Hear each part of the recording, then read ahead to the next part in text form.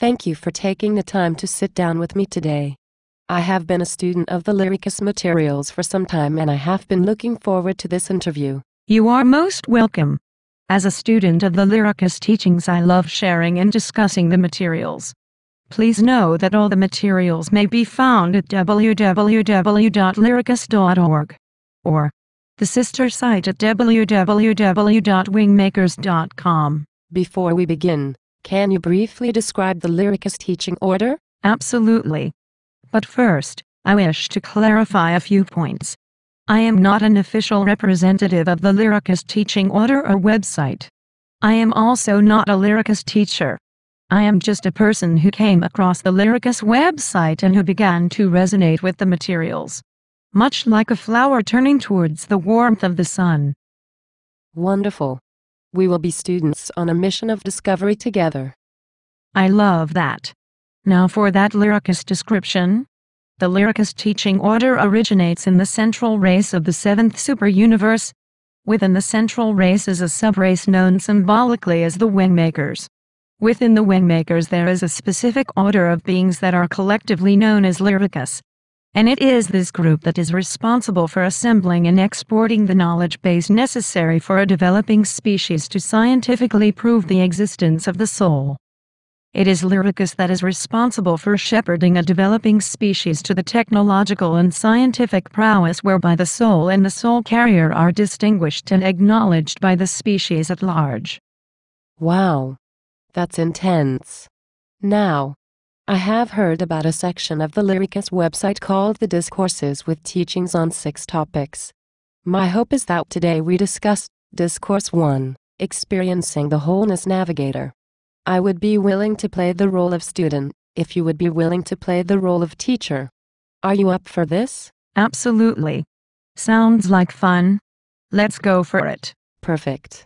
Now for the first question from Discourse One. What prevents me from experiencing my innermost self? Nothing. Then why don't I experience it? Fear. So, then fear prevents me? Nothing prevents you. But didn't you just say that fear is the reason I can't experience this state of consciousness? Yes, but it does not prevent you. Then what does? Nothing. Then what role does fear play? If you are in prison, what do you fear most when you dream of being liberated? Returning to prison. So, you're saying that I fear experiencing my inmost self because I will return to my ignorance. No. I am saying that your fear of ignorance holds you in ignorance. I'm confused. I thought you were saying that I fear the experience of my highest self, but now it sounds like you're saying that I fear my human self. Which is it? You fear the return to your human self after experiencing the God fragment within you. Why? If you are thirsting in the desert, what is it that you desire above all else? Water? So if I gave you a glass of water, you'd be satisfied? Yes. For how long? Okay. I see your point. What I would desire above all else is to be near water so I could drink whenever I wanted, or better yet, I would want to leave the desert entirely. And if you loved the desert, wouldn't you fear to leave it? You're saying that I fear the experience of my inmost self because I would want to leave this world behind, but how can I fear this when I have no experience of it whatsoever? This is not the fear that floods your body when someone is about to kill you. It is the fear of a shadow so mysterious, ancient, and primordial that you know immediately that it transcends this life and this world, and its knowing will change you irrevocably. So it's really this change that I fear? It's the irrevocability of the change that you fear. But how do you know? How do you know I fear this so much that I cannot experience my inmost self? In order to keep the human instrument in stable interaction with its world, the designers of the human instrument created certain sensory constraints.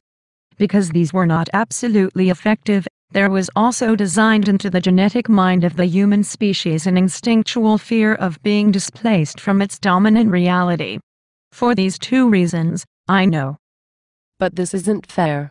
You're saying my capacity to experience my inmost self has been diminished by the very beings that designed it. Why? Why should I be continually frustrated to know I have a God fragment inside me, but not be allowed to interact with it.